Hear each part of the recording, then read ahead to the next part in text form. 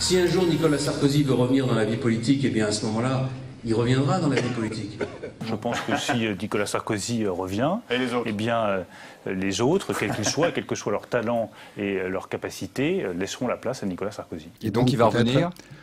Mais attendez, vous mettez à deux pour poser la question. Vous savez, oui, la politique, c'est assez simple. C'est une alchimie entre le devoir, l'envie et les circonstances. Je pense qu'on ne rassemblera pas l'UMP en enterrant Nicolas Sarkozy. Voilà.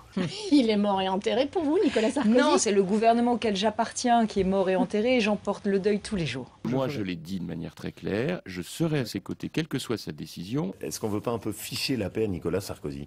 C'est-à-dire qu'il a dit lui-même, j'ai envie de prendre du recul. Vous croyez qu'il va revenir, Nicolas Sarkozy? Je ne sais pas, mais... Et puis arrêtons d'instrumentaliser à tout vent son nom, surtout quand c'est pour des fins personnelles. Je m'inscris dans le chemin que Nicolas Sarkozy a tracé. Il y a un livre qui est le plus vendu au monde qui s'appelle la Bible, et dans la Bible, il y a la possibilité de la résurrection. Ah ben voilà Nicolas Sarkozy présenté comme Dieu. Mais on ne va pas passer chacune de nos journées, d'ici la fin du quinquennat, à se poser la question de savoir si Nicolas Sarkozy va revenir ou pas revenir.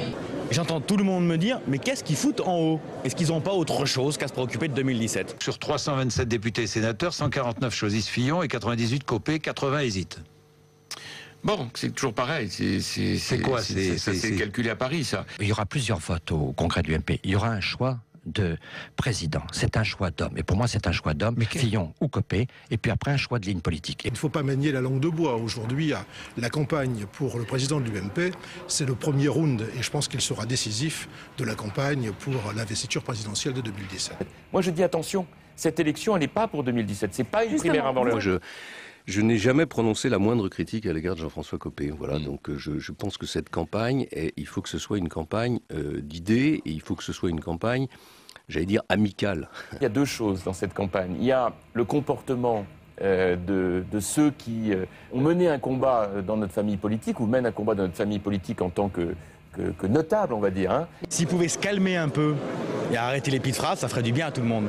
Ces élections, ces campagnes-là, c'est des formidables manières pour progresser dans sa connaissance de la nature humaine. Voilà.